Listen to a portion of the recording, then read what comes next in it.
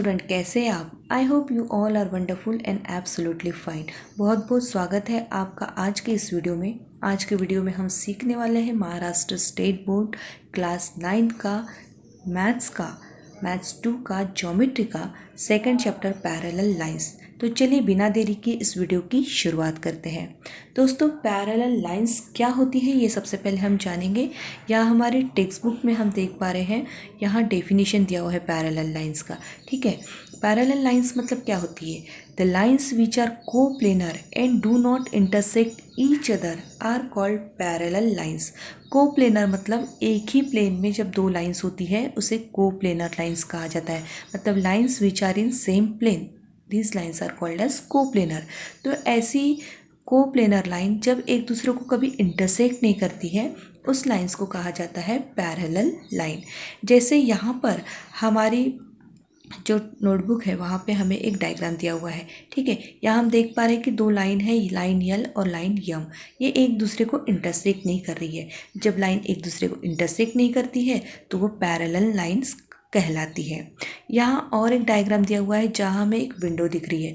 ठीक है, इस विंडो में हम देख सकते हैं कि ये जो हॉरिजॉन्टल लाइन है, मतलब ऐसे रॉड्स वहाँ लगे होते हैं और एक स्टिक यहाँ पर ऐसे ली हुई है। ठीक है, ये जो स्टिक रखी हुई है वो क्या कर रही है, इनको जो रॉड्स है, हॉरिजॉन्टल जो रॉड्स है उसको ये स्टिक जो है वो इंटरसेक्ट कर रही है।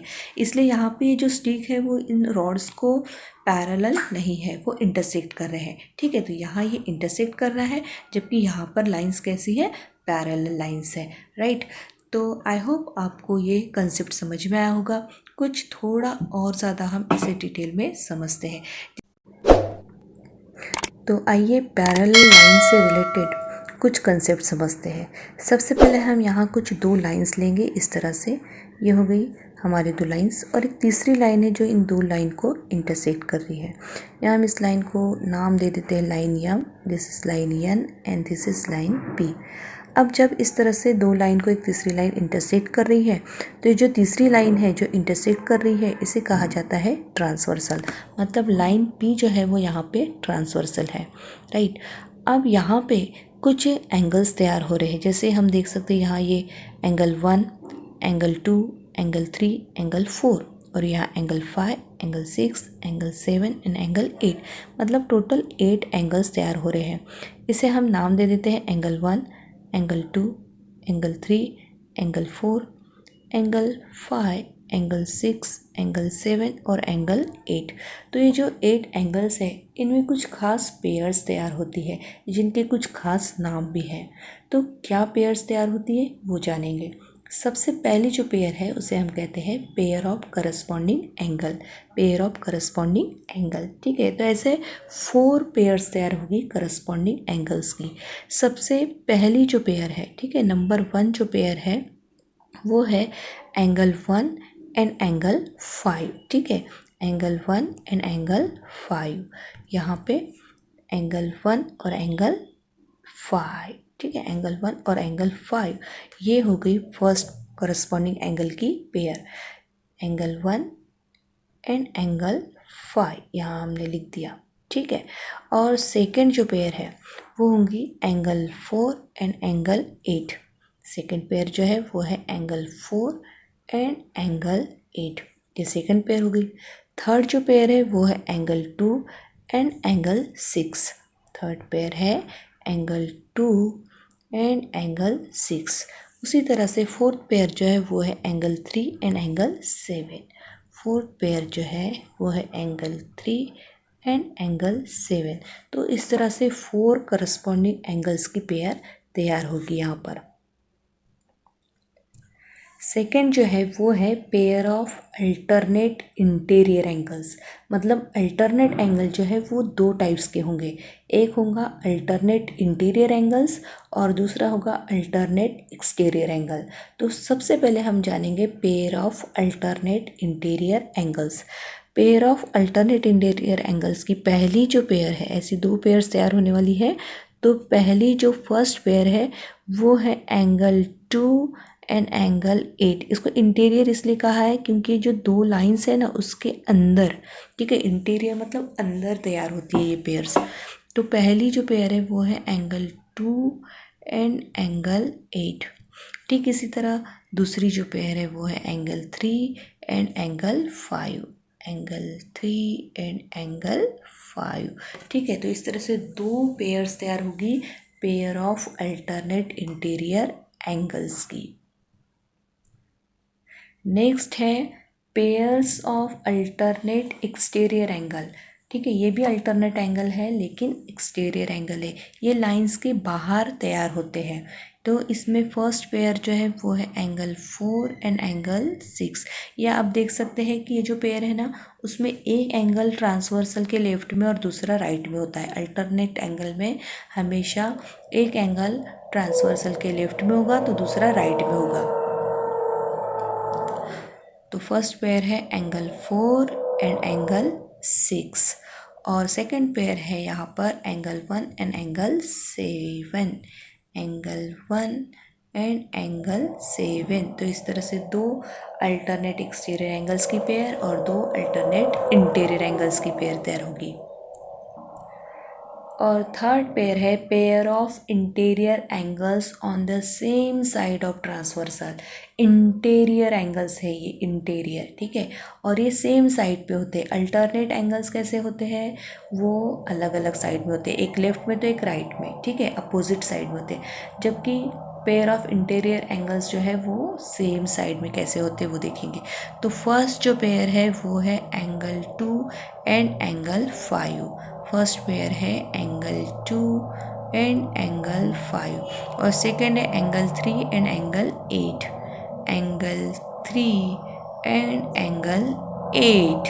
इस तरह से ये हो गई pairs of interior angles on the same side of the transversal. तो आइए हम लाइंस जो इंटरसेक्ट करती है उनसे रिलेटेड कुछ इम्पॉर्टेंट प्रॉपर्टीज़ को समझते हैं। ठीक है, जब दो लाइन एक दूसरे को इंटरसेक्ट करती है तो वहाँ कई तरह के एंगल्स तैयार होते हैं जिनसे रिलेटेड प्रॉपर्टीज़ हमें समझनी है। तो सबसे पहली जो प्रॉपर्टी है वो यहाँ दी हुई है, when two lines intersect the pair of opposite angles form are congruent. इसका क्या मतलब है, इसका मतलब है कि मान लीजिए ये एक लाइन है और ये एक दूसरी लाइन है, ये दोनों लाइन एक दूसरे को इंटरसेक्ट कर रही है, ठीक है, तब वहाँ पर कुछ एंगल्स तैयार होते हैं जो कि पेयर के फॉर्म में होते हैं। जैसे यहाँ पे हम देख सकते हैं कि टोटल 4 एंगल्स तैयार हो रहे हैं। Angle 1, this is angle 2, this is angle 3 and this is angle 4। तो यहाँ ये जो फर्स्ट और थर्ड एंगल है, ठीक है, फर्स्ट एंड थर्ड, इसकी एक पेयर है और सेकेंड एंड फोर्थ एंगल इसकी एक पेयर है, राइट। तो जो यहाँ पर ये जो फर्स्ट एंगल है और ये थर्ड एंगल है, इसकी जो पेयर है इसे हम कहेंगे वर्टिकली अपोजिट एंगल या सिंपली अपोजिट एंगल।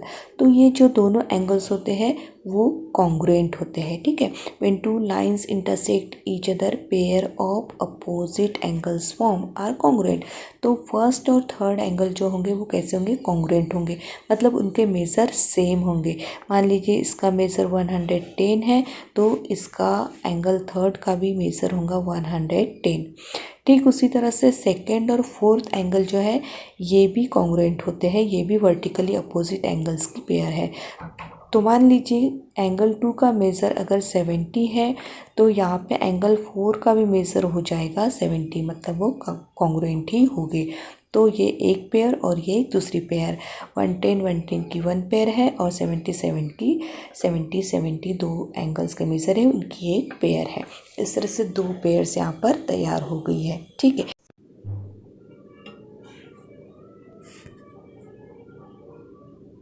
अब यहाँ आप देख सकते हैं कि एडजेसेंट एंगल भी तैयार हुए हैं। एडजेसेंट एंगल मतलब कौन से एंगल है, ये जो दो एंगल है, ठीक है, 1 एंड 2, ये एडजेसेंट एंगल है, ठीक है, 1 एंड 2 ये एडजेसेंट एंगल है। और एडजेसेंट एंगल मतलब क्या होता है कि उसमें एक आर्म जो है वो सेम होती है। जैसे अगर मैं यहाँ नाम दे दूँ तो ये ए, यहाँ पर बी, यहाँ पर सी और यहाँ पर डी, ए बी एक लाइन है और दूसरी सी डी है और बीच में हम लिख देते ओ। तो यहाँ हम देख सकते हैं कि ये ए ओ सी ये एक एंगल है और दूसरा एंगल है सी ओ बी। तो यहाँ पर ये OC जो है वो कैसी है, कॉमन है, मतलब दोनों एंगल में वो आर्म आ रही है, इसलिए ये एक दूसरे के एडजेसेंट एंगल है। जब दो आर्म में से एक आर्म क्या होती है, कॉमन होती है। ठीक है, तो यहाँ पर ये OC जो आर्म है वो कॉमन है, मतलब दोनों एंगल की आर्म है, इसलिए ये दोनों एंगल जो है वो एडजेसेंट एंगल है। साथ ही साथ इनकी जो दूसरी जो आर्म है, जैसे यहाँ पे AO और OB, ये वाली जो आर्म है ये एक दूसरे की अपोजिट रे है। ठीक है, एक दूसरे की अपोजिट रे है, आप देख सकते हैं वो एक दूसरे की अपोजिट रे है। राइट, तो यहाँ पर ये जो है वो अपोजिट रे है। ठीक है, ये अपोजिट रे है, ये इधर एरो है, ये इधर एरो है, तो यहाँ पे ये स्ट्रेट एंगल भी फॉर्म हो रहा है, इसे स्ट्रेट एंगल कहते हैं। और स्ट्रेट एंगल जो होता है मतलब यहाँ पे एक स्ट्रेट लाइन हमें मिलती है, इसलिए इसे स्ट्रेट एंगल कहा जाता है। ठीक है, तो ये जब एंगल इस तरह से एडजेसेंट भी होते हैं और स्ट्रेट भी होते हैं, तो ये स्ट्रेट एंगल हमेशा सप्लीमेंट्री होते हैं। ठीक है, सप्लीमेंट्री मतलब क्या, उन दोनों की सम, उनके मेज़र की सम जो है वो 180 होती है। जहाँ जैसे हम यहाँ देख सकते हैं 110 + 70, 110 + 70 कितना होता है, ये होता है 180। तो जब दो एंगल के मेज़र की सम 180 होती है उसे सप्लीमेंट्री एंगल कहा जाता है। तो यहाँ पे आप देख सकते हैं कि ये जो 1 और 2 नंबर के एंगल ये एडजेसेंट है। क्यों एडजेसेंट है, क्योंकि ये वाली आर्म जो है ये कॉमन है। ठीक है, साथ ही साथ इनकी जो बाकी की जो दो आर्म है वो एक दूसरे की अपोजिट रे है, इसलिए ये स्ट्रेट एंगल है। यहाँ एक स्ट्रेट लाइन फॉर्म हो रही है, उनकी जो दोनों आर्म है एक ही लाइन में है। ठीक है, इसलिए इनको लीनियर पेयर के एंगल्स भी कहा जाता है। और लीनियर पेयर के एंगल सप्लीमेंट्री होते हैं। सप्लीमेंट्री मतलब उनकी मेज़र 180 होती है। ठीक है, तो मैंने यहाँ आपको 3 चीज़ समझा दी। एडजेसेंट एंगल मतलब एक आर्म कॉमन। ठीक है, उसके बाद स्ट्रेट एंगल मतलब जब दोनों एंगल्स की आर्म मिलकर यहाँ स्ट्रेट लाइन तैयार होती होगी तो उसे स्ट्रेट एंगल कहा जाता है। और जब दो एंगल एडजेसेंट भी होते हैं, स्ट्रेट भी एंगल होते हैं, तब वो सप्लीमेंट्री होते हैं। सप्लीमेंट्री मतलब उनके मेज़र की सम 180 होती है। तो यहाँ हमने एडजेसेंट एंगल भी समझ चुके हैं, स्ट्रेट एंगल भी समझ चुके हैं। स्ट्रेट एंगल के मेज़र हमेशा 180 होता है, 180 सम होती है। अगर दो एंगल की सम 180 होती है तो वो सप्लीमेंट्री एंगल कहा जाते हैं, कहलाते हैं। ठीक है, ये कंप्लीट एंगल स्ट्रेट एंगल है, स्ट्रेट एंगल हमेशा 180 होता है। ठीक है, और ये जो दो एंगल है, ये जो दो एंगल है यहाँ आप देख रहे हैं, इनकी मेज़र भी 180, इसलिए ये दोनों एंगल सप्लीमेंट्री है। राइट, तो यहाँ पर हम ये दोनों पॉइंट समझ चुके हैं। पहला है कि when two lines intersect the pair of opposite angles form are congruent. और सेकेंड पॉइंट था the angles in a linear pair are supplementary. चलिए अब आगे के पॉइंट्स देखते हैं, आगे की जो इम्पोर्टेंट प्रॉपर्टीज़ है वो समझते हैं। आइए अब हम सेकेंड पॉइंट समझेंगे। सेकेंड पॉइंट क्या है, when one pair of corresponding angle is congruent then all the remaining pairs of corresponding angles are congruent। मतलब जब वन पेयर corresponding angle की वन पेयर अगर congruent है तो जो रिमेनिंग पेयर होती है वो सभी corresponding angle की जो रिमेनिंग पेयर होती है वो सभी congruent होती है। आइए इसे हम समझेंगे। तो हम क्या करेंगे, सबसे पहले हम यहाँ एक लाइन लेंगे और यहाँ दूसरी लाइन हमने ले ली और ये होगी इसकी ट्रांसवर्सल। राइट, अब यहाँ पर हम करस्पॉन्डिंग एंगल नोट करेंगे। ये एक एंगल और उसकी करस्पॉन्डिंग पेयर ये है। ठीक है, हम यहाँ 1 1 लिख देते हैं। ये सेकेंड पेयर है। ठीक है, ये 2 2 लिख देते हैं। ये थर्ड पेयर है, ये 3 3 लिख देते हैं। और ये फोर्थ पेयर है जो कि हम यहाँ पे 4 4 लिख देते। तो मान लीजिए अगर एंगल 1 और एंगल 1 ये जो फर्स्ट पेयर है अगर ये कॉन्ग्रुएंट है, ये कॉन्ग्रुएंटी का साइन, कॉन्ग्रुएंस का साइन इस तरह से होता है। अगर 1 1 एंगल कॉन्ग्रुएंट है, ये वाली पेयर अगर कॉन्ग्रुएंट है तो बाकी की जो पेयर है मतलब एंगल 2 और एंगल 2 की पेयर है, एंगल 3 और एंगल 3 की पेयर है और एंगल 4 और एंगल 4 की पेयर है। तो ये सभी जो पेयर है वो कॉन्ग्रुएंट ही होने वाले हैं। अगर करस्पॉन्डिंग एंगल की एक पेयर कॉन्ग्रुएंट है, ये एक पेयर अगर कॉन्ग्रुएंट है तो रिमेनिंग पेयर्स जो है वो भी कॉन्ग्रुएंट ही होती है। राइट, सेकेंड जो पॉइंट है वो सेकंड मतलब यहाँ हमारा जो फोर्थ पॉइंट है वो है when one pair of alternate angle is congruent then all the remaining pair of alternate angles are congruent. मतलब अगर अल्टरनेट एंगल की एक पेयर कॉन्ग्रुएंट है तो रिमेनिंग पेयर भी कॉन्ग्रुएंट होगी। अल्टरनेट एंगल दो टाइप के होते हैं, राइट है। आपको याद होगा कि interior alternate angles and exterior alternate angle. तो किसी भी टाइप का अल्टरनेट एंगल हो, अगर उसकी एक पेयर कॉन्ग्रुएंट है तो रिमेनिंग पेयर्स भी कॉन्ग्रुएंट होगी। आइए डायग्राम से समझते हैं। यहाँ हमने ये एक लाइन ले ली, ये सेकेंड लाइन हो गई और ये उसकी ट्रांसवर्सल हो गई, ठीक है। अब अल्टरनेट एंगल्स कौन से होते हैं, हम सबसे पहले इंटीरियर अल्टरनेट एंगल्स की बात करेंगे। तो ये हो गई इंटीरियर अल्टरनेट एंगल की पेयर, यहाँ लिख देते 1 1, ठीक है। और ये दूसरी इंटीरियर अल्टरनेट एंगल की पेयर हो गई जो हो गई एंगल 2। तो मान लीजिए एंगल 1 और एंगल 1 ये कॉन्ग्रुएंट है, तो एंगल 2 और एंगल 2 भी कॉन्ग्रुएंट ही होगा, ठीक है। मतलब अगर इन दोनों का मेज़र सेम है तो इन दोनों का मेज़र भी सेम होगा। 1 1 का मेज़र अगर सेम है तो 2 2 का मेज़र भी सेम होगा। इसके बाद हम बात करेंगे एक्सटीरियर अल्टरनेट एंगल की। तो एक्सटीरियर अल्टरनेट एंगल की पेयर कौन सी होती है, यहाँ पर ये जो बाहर एंगल्स होते हैं, ठीक है, अपोजिट साइड पे, मतलब ट्रांसवर्सल के अपोजिट साइड पे। तो ये एक पेयर हो गई 1 1 और ये दूसरी पेयर हो गई 2 2। तो अगर 1 1 एंगल कॉन्ग्रुएंट है तो 2 2 एंगल भी कॉन्ग्रुएंट ही होगा, ठीक है। ये हो गया हमारा ये वाला पॉइंट का एक्सप्लेनेशन। इसके बाद फिफ्थ और लास्ट जो प्रॉपर्टीज़ है वो है when one pair of interior angles on one side of transversal is supplementary then the other pair of interior angle is also supplementary। मतलब अगर इंटीरियर एंगल की वन पेयर जो कि सेम साइड पे होते हैं, ठीक है, ट्रांसवर्सल के सेम साइड पे होते हैं ये इंटीरियर एंगल्स, तो अगर एक पेयर सप्लीमेंट्री है तो बाकी की सभी पेयर भी सप्लीमेंट्री होगी, ठीक है। अब याद रखिए स्टूडेंट्स की करस्पॉन्डिंग एंगल कॉन्ग्रुएंट कहा गया है, अल्टरनेट एंगल्स भी कॉन्ग्रुएंट कहा गया है और इंटीरियर एंगल्स जो है वो सप्लीमेंट्री कहा गया है। कॉन्ग्रुएंट का मतलब होता है दोनों के मेज़र सेम होते हैं, ठीक है, करस्पॉन्डिंग एंगल्स के मेज़र सेम होते हैं, अल्टरनेट एंगल्स के भी मेज़र सेम होते हैं, लेकिन जो इंटीरियर एंगल्स होते हैं वो सप्लीमेंट्री होते हैं। उनके मेज़र सेम नहीं होते हैं लेकिन उनके मेज़र की सम जो है प्लस अगर हम करते हैं उनके मेज़र की एडिशन अगर हम करते हैं तो वो 180 होती है, तभी उन्हें सप्लीमेंट्री कहा जाता है। तो अगर एक पेयर्स इंटीरियर एंगल की सप्लीमेंट्री है तो दूसरी पेयर भी सप्लीमेंट्री ही होगी। आइए इसे डायग्राम से समझेंगे। यहाँ हम एक लाइन ले लेते हैं, ये दूसरी लाइन हो गई और यहाँ पर ये हो गई उनकी ट्रांसवर्सल। अब इंटीरियर एंगल कौन से है तो सेम साइड पर होते हैं, ठीक है। ये फर्स्ट पेयर हो गई इंटीरियर एंगल्स की और ये सेकंड पेयर हो गई इंटीरियर एंगल्स की। तो मान लीजिए एंगल 1 और एंगल 1 इनकी सम अगर 180 है मतलब ये सप्लीमेंट्री है, तो एंगल 2 और एंगल 2 इनकी भी सम 180 होगी, ठीक है। इनकी भी सम कैसी होगी 180 ही होगी, मतलब वो भी सप्लीमेंट्री ही होगी। ये इस प्रॉपर्टी का मतलब है। आइए अब सॉल्व करेंगे हम प्रैक्टिस सेट 2.1 जिसका फर्स्ट क्वेश्चन हम देखने वाले हैं। यहाँ पे फर्स्ट क्वेश्चन दिया हुआ है इन फिगर 2.5, ये फिगर है 2.5, line RP is parallel to line MS.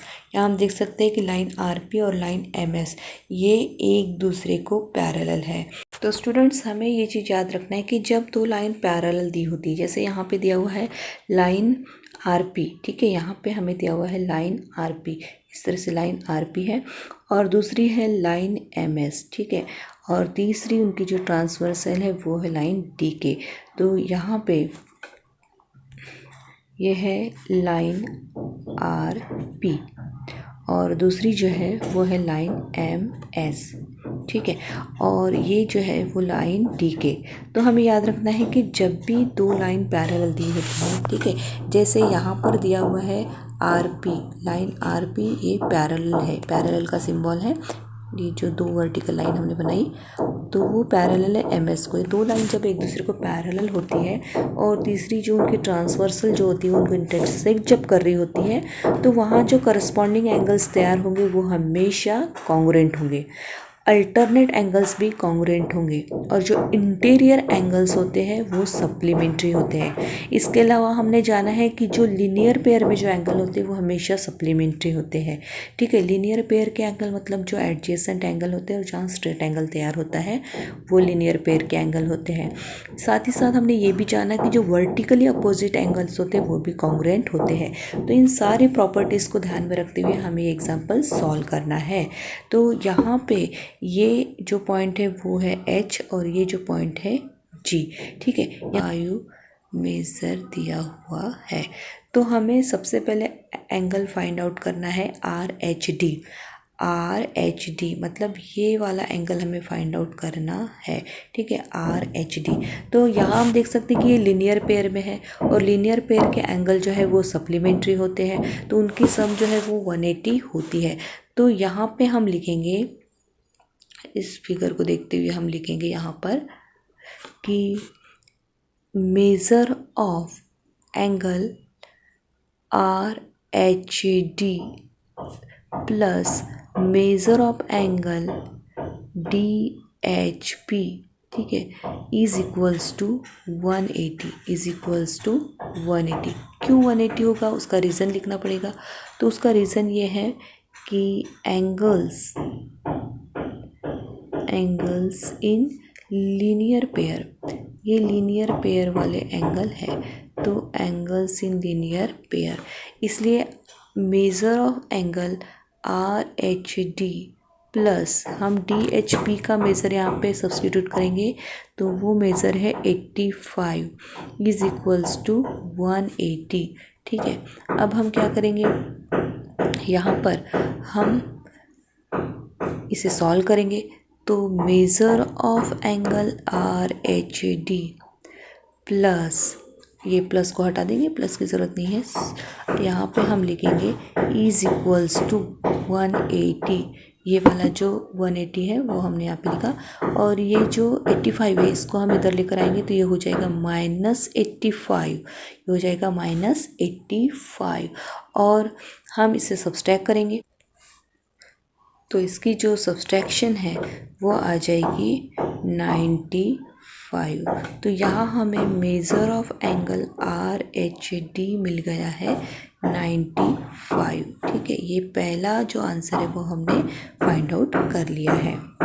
इसके बाद तो सेकंड क्वेश्चन अब हम सॉल्व करेंगे जिसमें हमें फाइंड आउट करना है एंगल PHG। ठीक है, हमें फाइंड आउट करना है एंगल PHG। एंगल PHG आप देख सकते हैं यहाँ PHG मतलब ये वाला एंगल है जो हमें फाइंड आउट करना है। थोड़ी देर पहले हमने अभी ये वाला एंगल फाइंड आउट किया जो कि था RHD, इसका मेज़र हमने फाइंड आउट किया 95। तो अब हमारे पास दो एंगल हैं जिनके मेज़र हमें मालूम है तो इनकी हेल्प से हम अब ये बाकी के एंगल्स फाइंड आउट करने वाले हैं। तो देखिए हम ये 95 वाला जो एंगल है इसकी हेल्प ले सकते हैं, मतलब RHD एंगल की हेल्प ले सकते हैं PHG फाइंड आउट करने के लिए, क्योंकि ये दोनों वर्टिकली अपोजिट एंगल है और वर्टिकली अपोजिट एंगल्स जो होते हैं वो कॉन्ग्रुएंट होते हैं। तो हम यहाँ लिखेंगे एंगल PHG जो कि हमें फाइंड आउट करना है, इट इज़ इक्वल टू, यहाँ मेज़र भी लिख देंगे। ठीक है, मेज़र फाइंड करना है, it is equal to measure of angle, या फिर कॉन्ग्रुएंट भी लिख सकते हैं। ठीक है, इक्वल है तभी तो कॉन्ग्रुएंट है। तो इसका जो मेजर है वो किसके बराबर होगा, वो होगा एंगल RHD के बराबर जो हमने थोड़ी देर पहले सॉल्व किया। क्यों होगा मेजर इक्वल, यहाँ पे रीज़न लिखेंगे हम, vertically opposite angle, pair of vertically opposite angle, तो इन दोनों के मेज़र सेम होंगे, इसलिए हम यहाँ लिखेंगे therefore measure of angle PHG it is also equals to 95। इसका भी मेज़र हो जाएगा 95 क्योंकि ये तो वर्टिकली अपोजिट एंगल है। थर्ड क्वेश्चन सॉल्व करते हैं। इसके लिए अब हमारे पास तीन एंगल्स हैं उनमें से किसी की भी हेल्प हम ले सकते हैं जिसकी भी हमें सूटेबल लगे। तो जैसे कि पहला एंगल यहाँ पे दिया था हमें DHP, इसका मेज़र ऑलरेडी दिया हुआ था जो था 85। उसके बाद हमने फाइंड आउट किया RHD का मेज़र जो कि मिला था 95, क्योंकि वो क्या है, लीनियर पेयर वाला एंगल है 85 के साथ। इसके बाद हमने फाइंड आउट किया था PHG का मेज़र जो कि ये 95 का अपोजिट है, इसलिए ये भी 95 हो जाएगा। अब थर्ड में हमें फाइंड आउट करना है एंगल HGS। एंगल HGS का मेज़र हमें फाइंड आउट करना है। एंगल HGS कहाँ है, देखिए HGS मतलब ये वाला एंगल, इसका मेज़र हमें फाइंड आउट करना है। तो जो भी एंगल्स के मेज़र हमें पता है उसमें से जो भी सूटेबल हमें लगे उसकी हेल्प हम ले सकते हैं। तो यहाँ हम देख सकते हैं कि ये जो एंगल है PHG, ये इसके साथ ये वाला एंगल HGS एंगल जो है वो इंटीरियर एंगल की पेयर में है। और इंटीरियर एंगल कैसे होते हैं, सप्लीमेंट्री होते हैं, तो वैसे उसकी हेल्प से हम निकाल सकते हैं दोनों की सम 180 लेकर। या फिर हमारे पास एक और चॉइस है, यहाँ पर ये वाला जो एंगल है, ठीक है, DHP, इसका मेज़र 85 है और ये उसका करस्पॉन्डिंग एंगल है, इसलिए इसका भी मेज़र 85 होगा, क्योंकि करस्पॉन्डिंग एंगल्स जो है वो कॉन्ग्रुएंट होते हैं। तो आप किसी भी एंगल की हेल्प ले सकते हैं। तो डायरेक्ट शॉर्टकट हम लिख देते हैं यहाँ पे, angle measure of angle HGS is equals to measure of angle HGS is equals to measure of angle DHP। ठीक है, DHP के बराबर होगा। क्यों होगा DHP के बराबर, क्योंकि यहाँ पर इसे रीज़न लिखना ज़रूरी है, pair of corresponding angle, pair of corresponding angle, corresponding angle की पेयर बन रही है। ठीक है, पेयर ऑफ करस्पॉन्डिंग एंगल है, इसलिए दोनों के मेज़र सेम होंगे। तो हम यहाँ पे लिखेंगे angle HGS is equals to 85। Corresponding angle की पेयर में होने की वजह से उसका मेज़र 85 है। अब लास्ट क्वेश्चन देखते हैं। क्वेश्चन 4 जो है अब इसमें का, वो उसमें हमें फाइंड आउट करना है मेज़र ऑफ एंगल MG के। यहाँ पे ये एंगल MG के, हमारे पास अब टोटल 4 एंगल्स का मेज़र हमें पता है। यहाँ पे इस एंगल का मेज़र है 85, तो इसी की हेल्प से हम MG के इस एंगल का मेज़र फाइंड आउट कर सकते हैं, क्योंकि वर्टिकली अपोजिट एंगल है और वर्टिकली अपोजिट एंगल्स कॉन्ग्रुएंट होते हैं। तो हम यहाँ लिख सकते हैं measure of angle MGK, measure of angle MGK, ठीक है, it is equals to measure of angle, क्या लिखेंगे, HGS। रीज़न क्या है, वर्टिकली अपोजिट एंगल्स। ठीक है, वर्टिकली अपोजिट एंगल्स। तो वर्टिकली अपोजिट एंगल्स होने की वजह से ये दोनों एंगल्स का मेज़र सेम होगा। तो यहाँ पे हमारा आंसर जो है वो निकल के आता है measure of angle MGK, it is also equals to 85, it is also equals to 85। तो फ्रेंड्स ये था क्वेश्चन नंबर 1 जिसे हमने सॉल्व कर लिया है। अब हम बढ़ेंगे क्वेश्चन नंबर 2 की ओर। आइए क्वेश्चन नंबर 2 को समझते हैं। यहाँ पे हमारे पास है फिगर 2.6। यहाँ पे हम देख सकते हैं कि लाइन P इस पैरेलल टू लाइन Q दिया हुआ है। ठीक है, ये लाइन P है और ये लाइन Q है। ठीक है, तो ये एक दूसरे को पैरेलल है और line L and line M are transversal. यहाँ पे दिया हुआ है line L and line M are transversal. ये लाइन L है और ये लाइन M है, ये क्या है, ट्रांसवर्सल है इनकी। अब ये जो भी एंगल्स तैयार होते हैं आपको समझना है कि करस्पॉन्डिंग एंगल्स हो या फिर अल्टरनेट एंगल्स हो या इंटीरियर एंगल्स हो। तो इनकी जो प्रॉपर्टीज़ हम बात करते हैं कि करस्पॉन्डिंग एंगल्स कॉन्ग्रुएंट होते हैं, अल्टरनेट एंगल्स भी कॉन्ग्रुएंट होते हैं और इंटीरियर एंगल्स जो है वो सप्लीमेंट्री होते हैं। ये कब होते हैं, जब दो लाइंस पैरेलल होती है। ठीक है, और ये जो एंगल्स तैयार होते हैं वो पैरेलल लाइन और ट्रांसवर्सल के बीच में होते हैं। मतलब उस एंगल की एक आर्म ट्रांसवर्सल होती है और दूसरी आर्म पैरेलल लाइन का ही पार्ट होती है। तो इस तरह से आपको ध्यान रखना है कि जो भी एंगल्स तैयार होगा उसमें वो ट्रांसवर्सल और पैरेलल लाइन के बीच में ही होगा। ठीक है, तो वही करस्पॉन्डिंग एंगल्स, अल्टरनेट एंगल और इंटीरियर एंगल्स को हमें कंसिडर करना है। तो इस तरह से फिगर दी हुई है, हमें फाइंड आउट क्या करना है। देखिए, हमें एंगल ABCD के मेज़र फाइंड आउट करना है और हमें यहाँ कुछ दो एंगल्स के मेज़र दिए हुए हैं जो कि 110 और 115 है। तो आइए देखते हैं किस तरह से इसे सॉल्व किया जा सकता है। तो यहाँ पे हमारे पास सबसे पहले हमें एंगल A अगर फाइंड आउट करना है तो हमें इसे एंगल्स इन लीनियर पेयर मानकर हम ये सॉल्व कर सकते हैं, क्योंकि यहाँ पे स्ट्रेट एंगल तैयार हो रहा है और स्ट्रेट एंगल जो है उसका मेज़र 180 होता है। ठीक है, तो उसमें से ये वाला जो एंगल है उसका 110 है, तो A का जो मेज़र है वो 180 माइनस 110 होगा। A का जो मेज़र है, एंगल A का जो मेज़र है वो कितना होगा, 180 माइनस 110, और 180 माइनस 110 मतलब 70 होगा उसका मेज़र। मतलब इस तरह से बड़े आसानी से A का मेज़र तो मिल ही गया। अब हमारे पास ये जो A का मेज़र है वो हम यहाँ लिख देते हैं। अब जो जो मेज़र हमें पता है, जो पहले से पता थे या जो हमने फाइंड आउट किए, उन सब की हेल्प से हमें आगे के मेज़र फाइंड आउट करना है। तो चलिए देखते हैं एंगल B का मेज़र हम कैसे फाइंड आउट कर सकते हैं। तो यहाँ हम देख सकते हैं कि ये जो 70 वाला एंगल है और ये जो एंगल B है, ठीक है, ये P और Q जो है ये पैरेलल लाइन है और ये इनके ट्रांसवर्सल है। तो आप देख सकते हैं कि ये एक्सटीरियर अल्टरनेट एंगल है, ये 70 वाला एंगल और ये angle B exterior alternate angle है, और एक्सटीरियर अल्टरनेट एंगल तो कॉन्ग्रुएंट होते हैं। इसलिए यहाँ ये एंगल B जो है उसका भी मेज़र 70 हो जाएगा, इसका भी मेज़र 70 हो जाएगा, क्योंकि वो इसका ये 70 वाले एंगल का एक्सटीरियर अल्टरनेट एंगल है। ठीक है, मतलब हमारे पास अब 3 एंगल्स के मेज़र मिल गए। चलिए C की ओर बढ़ते कि क्या हम C एंगल निकाल सकते हैं। तो देखिए, यहाँ बड़ी समझने वाली बात है कि ये 70 वाला एंगल और ये C एंगल, ये जो एंगल्स है ना वो सप्लीमेंट्री नहीं होंगे। क्यों सप्लीमेंट्री नहीं होंगे, क्योंकि लाइन L और लाइन M ये पैरेलल लाइन नहीं है, पैरेलल लाइन तो P और Q है। ठीक है, तो यहाँ कंफ्यूज ना होना। ठीक है, अब इसे हम यहाँ पे इंटीरियर एंगल की हेल्प से फाइंड आउट नहीं कर सकते, लेकिन ये जो 115 वाला जो एंगल है, 115 वाला, ये वाला एंगल और ये एंगल C जो है ये एक दूसरे के करस्पॉन्डिंग एंगल दिख रहे हैं हमें यहाँ पे, क्योंकि ये P और Q ये पैरेलल लाइन है और लाइन M जो है ये इनके ट्रांसवर्सल है। ठीक है, इसलिए ये 15 वाला जो एंगल है और ये एंगल C जो है ये एक दूसरे के करस्पॉन्डिंग एंगल है।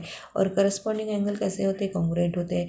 इसलिए ये जो एंगल है इसका मेज़र हो जाएगा 115, इसका मेज़र हो जाएगा 115।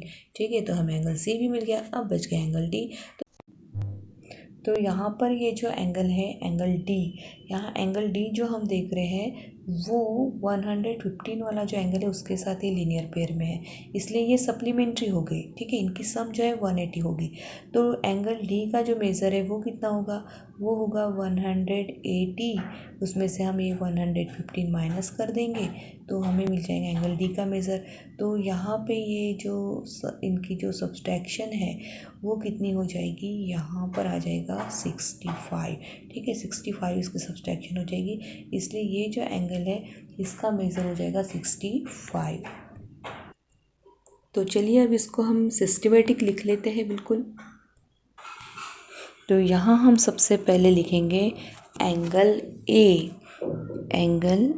A plus angle 110 is equals to 180 is equals to 180। Reason क्या है, रीज़न यहाँ पर है angles in linear pair, angles in linear pair. ठीक है, एंगल्स इन लीनियर पेयर। अब इसे सॉल्व करते हैं तो यहाँ मिलेगा angle A is equals to 180 minus 110। तो एंगल A का जो मेज़र है वो हो जाएगा 70। इस तरह से हमने एंगल A फाइंड आउट किया। इसके बाद हम एंगल B फाइंड करेंगे।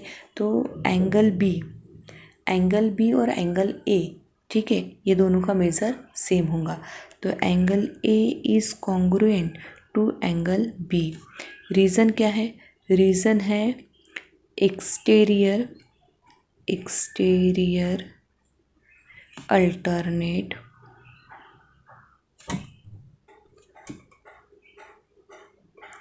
एंगल, ठीक है, और दोनों के मेज़र सेम होंगे, इसलिए यहाँ पर एंगल बी जो है उसका भी मेज़र होगा 70। तो ये मिल गया हमें एंगल बी। इसके बाद हम फाइंड आउट करेंगे एंगल सी।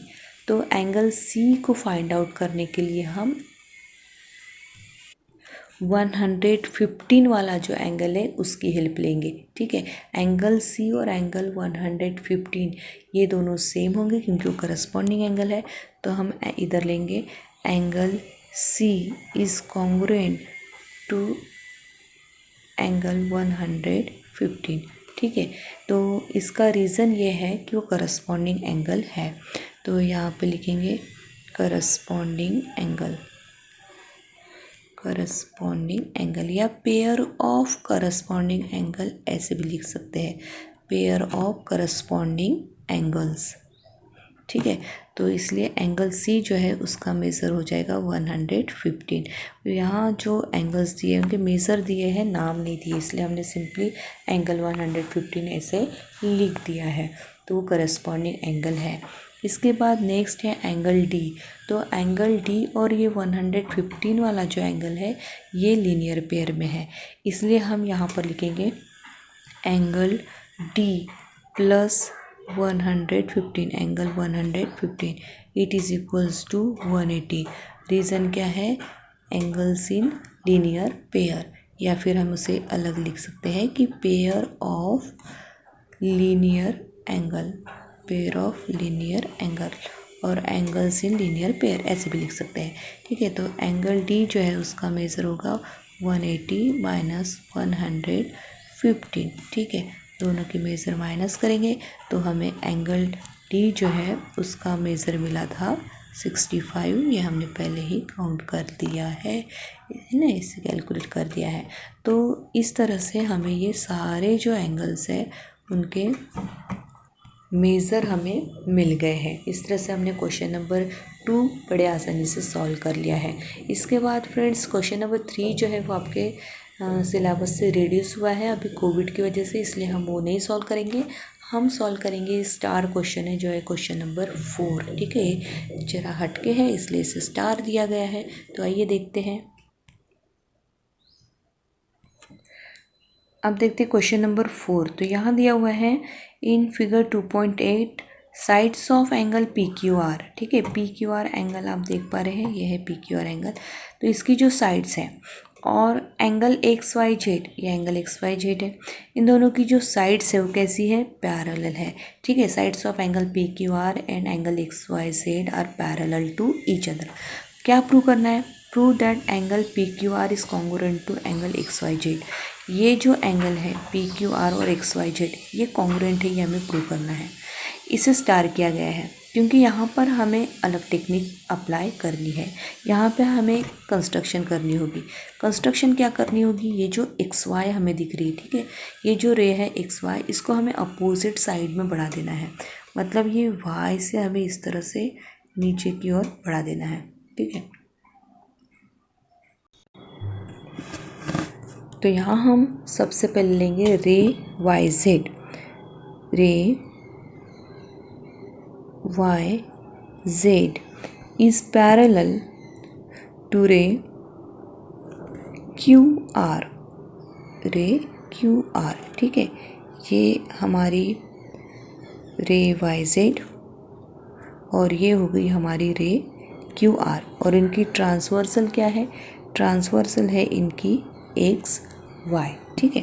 तो यहाँ पे हम लिखेंगे and line X Y is the transversal,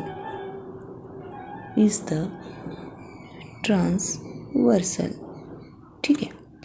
आगे बढ़ते, अगर ये ट्रांसवर्सल है तो therefore angle X Y Z is congruent to angle Y M R. इसे देंगे हम नंबर 1। रीज़न भी लिख लेते हैं। रीज़न है करस्पॉन्डिंग एंगल, रीज़न है करस्पॉन्डिंग एंगल्स, करस्पॉन्डिंग एंगल्स। अब सेकेंड, ठीक है, सेकेंड में यहाँ पे हमने अब इन दोनों एंगल को एक्स वाई जेड ये वाला एंगल हो गया, और दूसरा है वाई एम आर मतलब ये वाला एंगल, इन दोनों को हमने कॉन्ग्रुएंट प्रूव कर दिया। अब हम क्या करेंगे, इस एंगल को और इस एंगल को कॉन्ग्रुएंट प्रूव करेंगे। तो हम यहाँ पर लिखेंगे ray Y X is parallel to ray Q P, ठीक है, and line Q R is transversal, is the transversal. Therefore, angle YMR is congruent to angle PQM, is congruent to angle PQM. इसे देंगे हम number 2। Reason वही है, corresponding angle, corresponding angles, corresponding angles, ये number 2 हो गया, ठीक है। अब फ्रॉम 1 एंड 2, फ्रॉम 1 एंड 2 हम लिखेंगे from 1 and 2 PQM is congruent to XYZ, और PQM मतलब ये है PQR, it is congruent to XYZ, ठीक है, क्योंकि QMR ये सब कोलिनियर पॉइंट्स है, तो QMR is collinear point.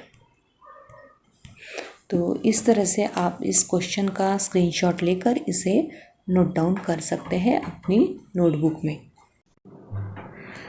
Practice set 2.1 में एक और क्वेश्चन है जो कि है क्वेश्चन नंबर 5, वो भी सिलेबस से रिड्यूस हुआ है इसलिए हम उसे सॉल्व नहीं कर रहे हैं, लेकिन जल्द ही हम अपने नेक्स्ट वीडियो में नेक्स्ट प्रैक्टिस सेट और आगे के कंसेप्ट के साथ मिलेंगे। तो बने रहिएगा, तब तक कीप स्टडिंग, कीप वॉचिंग। दोस्तों, अगर आपने अब तक इस चैनल को सब्सक्राइब नहीं किया है तो प्लीज इसे सब्सक्राइब कर दीजिए, साथ में इस बेल आइकन को प्रेस करना बिल्कुल ना भूलें ताकि आपको मेरे हर नए वीडियो का नोटिफिकेशन मिल सके। वीडियो पसंद आई हो तो इसे जरूर लाइक और शेयर कीजिए, because sharing is caring my dear friends. अपने वैल्यूएबल कमेंट्स जरूर कीजिए और आप हमें इंस्टाग्राम, ट्विटर और हमारे फेसबुक पेज पर भी लाइक, फॉलो और कमेंट्स जरूर करें, क्योंकि आपका सपोर्ट ही हमारी रियल स्ट्रेंथ है। वीडियो पूरा देखने के लिए आपको दिल से थैंक यू। फिर मिलेंगे एक नए वीडियो के साथ, तब तक के लिए stay blessed, stay happy, keep studying, keep growing, bye bye.